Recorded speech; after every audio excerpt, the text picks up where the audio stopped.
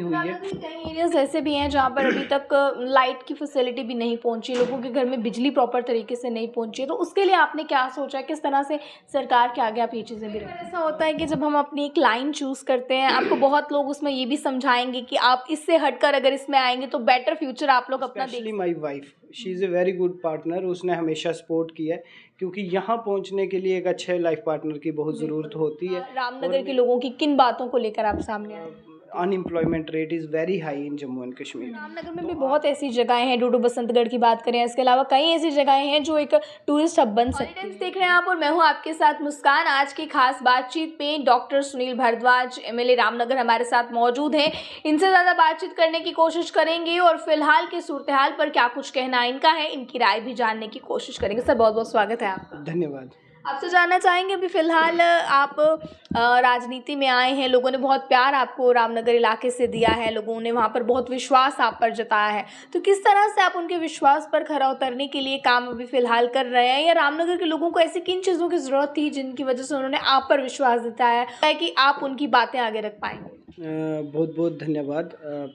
रामनगर एक हमारा पहाड़ी क्षेत्र है और वहीं के एक छोटे से गांव चुनूनता से मैं आता हूं। और ये बात आपने सच कही कि पार्टी के लोग हों या अन्य भी लोग हों, बड़ा ब्लेसिंग्स उन्होंने मुझे हमेशा अपनी दी हैं। और ये मुझे लगता है कि मुझे पढ़ा लिखा देख के, युवा देख के उन्होंने मुझ पे अपना आशीर्वाद बनाया है। तो फर्स्ट डे से ही, जब से मैं एमएलए बना हूँ, तब से ही मैंने अपनी तरफ से पूरा प्रयास किया है कि जो भी मेन इश्यूज़ हैं रामनगर के, वो एड्रेस हों। मैं जा रहा था, अलग अलग लोगों से मिल रहा था कि we lack almost in everything. और जैसे मैंने आज अपनी बजट स्पीच में भी बोला कि Ramnagar has been completely neglected from the last 70 years. ना तो वहाँ पे टूरिज़्म है, ना तो वहाँ पे रोड इंफ्रास्ट्रक्चर है, ना वहाँ हॉस्पिटल बहुत अच्छी कंडीशन में है, स्कूल्स में टीचर्स की कमी है, हॉस्पिटल्स में डॉक्टर्स की कमी है।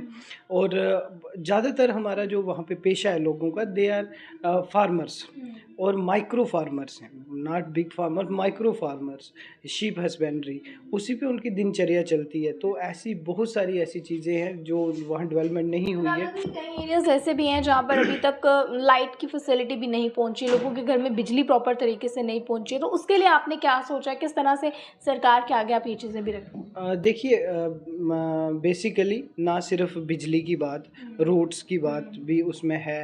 अपना हेल्थ इंफ्रास्ट्रक्चर हो या अपना स्पोर्ट्स इंफ्रास्ट्रक्चर हो, उस पे भी बात है। तो जैसे एमएलए बनने के बाद हमने प्रयास किया है कि जो डिपार्टमेंट्स के पास जितना असेट्स था उनको उन लोगों तक को पहुँचाएँ।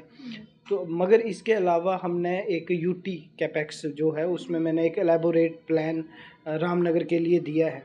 और उम्मीद है कि अगर वो यूटी कैपेक्स हमें ऑनरेबल सीएम एलोकेट करेंगे तो उसमें एटलीस्ट हॉस्पिटल की समस्या दूर होगी, क्योंकि 25 करोड़ मैंने उसमें अपने रामनगर हॉस्पिटल के इंफ्रास्ट्रक्चर के लिए रखा है। वैसे ही वहाँ पे स्पोर्ट्स इंफ्रास्ट्रक्चर के लिए अमाउंट रखा है, वैसे ही वहाँ पे जो हमारी पानी की समस्या है उसके लिए, तो अलग अलग चीज़ों को एड्रेस करने की कोशिश की है। से आप देखते हैं, आप तो एक यंग चेहरा हैं, आप लोगों के अंदर यूथ के लिए खासकर आप एक बहुत अच्छे इंस्पिरेशन भी हैं, तो आप किस तरह से देखते हैं आपका आना पॉलिटिक्स में कैसे हुआ? क्योंकि होता है आजकल के यूथ मैक्सिमम जो है वो कोई अलग अलग फील्ड में जाना प्रेफर करते हैं, कोई पुलिस लाइन में जाना प्रेफर कर रहा है, कोई कहीं जाना प्रेफर कर रहा है, तो पॉलिटिक्स में कैसे आपका आना? देखिए, मैं हमेशा से चाहता था पब्लिक की सर्विस करें।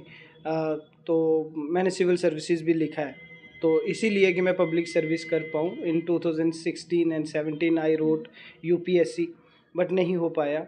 तो मन में तो बैक इन माइंड था कि लाइफ अपने लिए नहीं होती, लाइफ को ज़्यादा मीनिंगफुल हम तभी बना सकते हैं when we do things for others. कई बार ऐसा होता है कि जब हम अपनी एक लाइन चूज़ करते हैं, आपको बहुत लोग उसमें ये भी समझाएंगे कि आप इससे हटकर अगर इसमें आएंगे तो बेटर फ्यूचर आप लोग अपना देख सकते हैं, तो आपके साथ कभी ऐसा हुआ कि किसी ने आपको बताया हो कि आप अगर इस लाइन को छोड़कर किसी और लाइन में जाएं तो बेटर हो सकता है? कभी पेरेंट्स की तरफ से कुछ ऐसा प्रेशर आया कि पॉलिटिक्स नहीं ज्वाइन करनी है या ऐसा कुछ?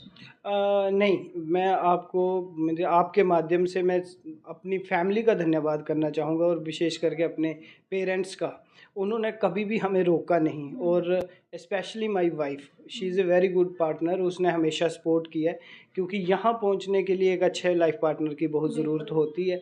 और मेरे बहुत से फ्रेंड्स हैं जो आज मैं यहाँ पहुँचा हूँ उसमें मेरे साथ हैं, मगर सबसे बड़ा धन्यवाद करना चाहूँगा मैं रामनगर की जनता का, क्योंकि उन्होंने अपना आशीर्वाद दे के मुझे यहाँ पे पहुँचाया। किस तरह से देखते हैं, कभी कुछ ऐसा हुआ आपकी लाइफ में, कभी कुछ ऐसा हुआ हो आपने सोचा हो कि नहीं ये वाली लाइन नहीं बेस्ट है, मैं बस कर देता हूँ? होता है कई बार ऐसे चैलेंजिंग्स भी आते हैं, नेगेटिव चीज़ें भी बहुत फेस करनी पड़ती हैं, तो आपके साथ कभी कुछ ऐसा हुआ जो आप हमारे यूथ के साथ शेयर करना चाहें, कोई ऐसा पॉइंट? नहीं, मतलब जब बचपन में मैं एथलीट था, बैडमिंटन प्लेयर था। तो एक चीज़ मैं हमेशा कहता हूँ कि स्पोर्ट्समैन होना ज़रूरी है, क्योंकि आपकी एक कंडीशनिंग होती जाती है, आपको फेलियर्स सहना आ जाते हैं, आपको सक्सेस भी मिलती है तो आप तब भी कूल रहते हो।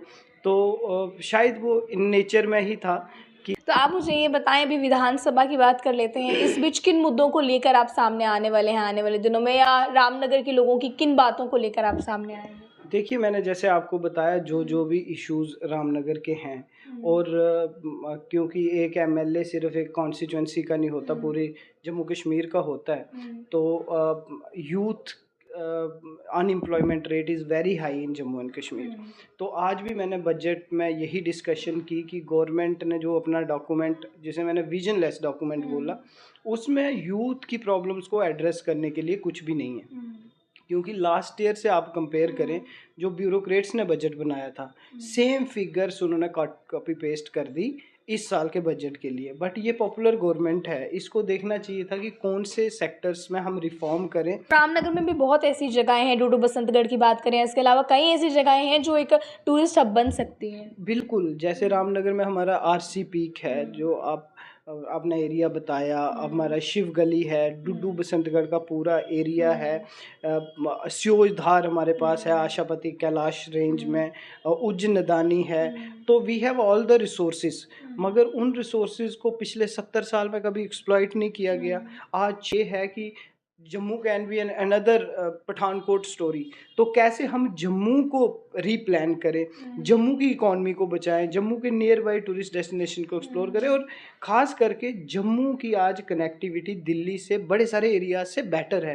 तो कैसे जब नोएडा या पुणे या बेंगलोर में आईटी इंडस्ट्री हो सकती है, तो जम्मू में आईटी क्यों नहीं हो सकती, जम्मू में फार्मा क्यों नहीं हो सकती। और जगहें भी रामनगर में हैं, आपका इलाका पड़ता है रामनगर, जहाँ पर अभी भी इतनी लोगों को अवेयरनेस नहीं है वहाँ के बारे में कि लोग वहाँ कहाँ घूमने आ सकते हैं। और सबसे बड़ी बात ये भी है कहीं ना कहीं कि जो टूरिस्ट वहाँ पर आएगा, एकोमोडेशन की प्रॉब्लम वहाँ पर है, इस तरह के होटल्स वहाँ पर नहीं है कि लोग रुक सकें, तो उसके लिए भी कुछ सोचने की ज़रूरत है। देखिए, मुझे लगता है जो रेजिडेंशियल एकोमोडेशंस है, इट कम्स लास्ट, वो पहला नंबर नहीं है। First of all we require proper road connectivity.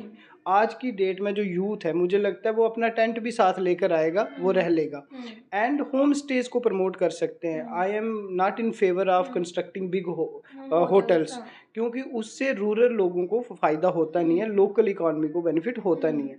तो हम यही चाहेंगे, होम स्टेज प्रमोट करेंगे, बट उससे पहले उस एरिया की ब्रांडिंग करना ज़रूरी है। अब हमारे साथ जुड़ने के लिए थैंक यू। तो चलिए, क्या कुछ फिलहाल हमारे साथ सुनील भारद्वाज जी थे, एमएलए जो है रामनगर, इन्होंने क्या कुछ उसको लेकर कहा, ये भी आपने जानने की कोशिश की। आने वाले सालों में किस कदर तस्वीर रामनगर की बदल सकती है, इस पर भी हमने बातचीत करने की कोशिश की है। आम जनता के कोई सुझाव या कोई प्रश्न है तो कमेंट बॉक्स में रखना ना भूलिएगा। ज़्यादा जानकारियों के लिए देखते रहें आप पॉली टाइम्स। मुझे कैमरा पर्सन अंकुश को दीजिए इजाज़त। जय हिंद।